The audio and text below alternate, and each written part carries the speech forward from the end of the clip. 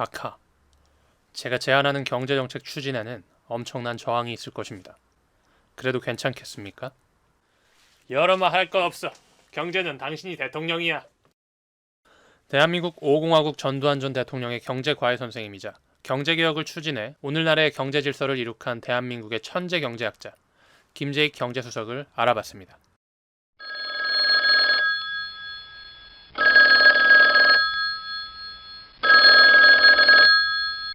차가 도착했습니다. 나오시지요. 알겠습니다.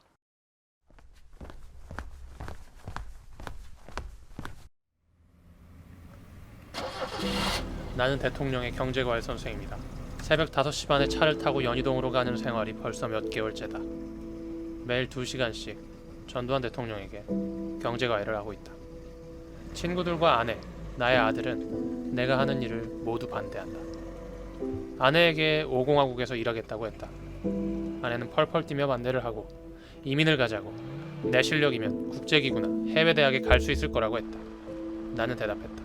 미국의 수천 명 경제학자보다 한국의 10명 안 되는 경제학자가 우리나라를 살릴 수가 있어. 우리나라가 외국인 컨설턴트의 자문을 받지만 이들은 가슴으로 우리 현실의 어려움을 느끼지 못해. 친구들은 김일성 밑에서도 일할 친구라고 했다. 나는 대답했다. 만약에 내가 누구를 설득시켜서 그 사람 생각을 바꿔놓을 수 있다는 확신만 있으면 해야지. 아들은 아버지는 독재자를 돕고 있어요 라고 이야기했다. 나는 대답했다. 경제의 국제화는 독재 정치를 어렵게 하고 내가 시장 경제를 도입하면 정치의 민주화는 당연히 따라온단다. 나는 그렇게 생각하고 말했지만 과연 내 생각대로 이 세상이 변할 수 있을까? 김재익 경제수석은 1938년 9남매의 막내로 태어나 서울대학교를 졸업하고 한국은행에 입사했다. 그 후 1973년까지 스탠포드 대학에서 석박사를 취득하고 한국은행으로 다시 돌아온다. 수재 중에 수재였다.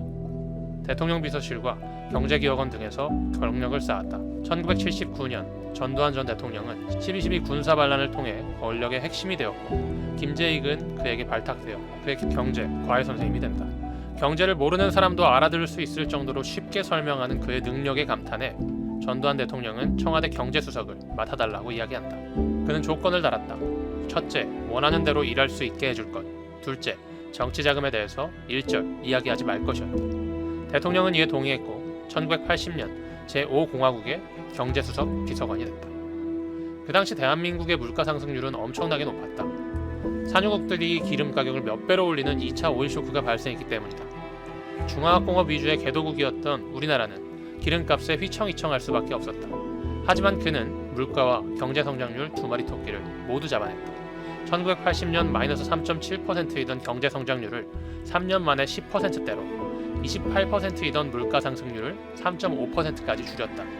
한 자릿수 물가를 만들기 위해 그는 예산, 임금, 정부가 쌀의 수급 조절을 위해서 쌀을 농민들에게 사들일 때의 가격인 추곡 수매가를 동결했다.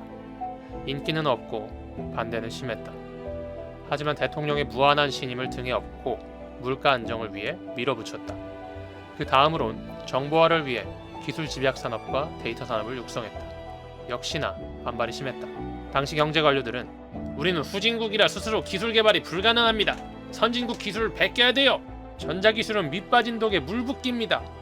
이런 인식을 가지고 있었다. 이를 당시 5명 경제과학 비서관과 함께 바꿔나갔다. 전자산업 육성 장기정책, 반도체 산업 육성 정책을 만들었다. 삼성전자, LG전자, SK하이닉스의 출발이었다. 금융실명제를 추진했다. 그렇지만 실패했다. 금융실명제란 금융거래는 반드시 실명으로 하는 제도이다. 지금은 은행 갈 때 신분증을 들고 가는 게 당연하지만 그 당시에는 신분증 없이도 금융거래가 가능했다. 그래서 검은 돈이 아주 많았다.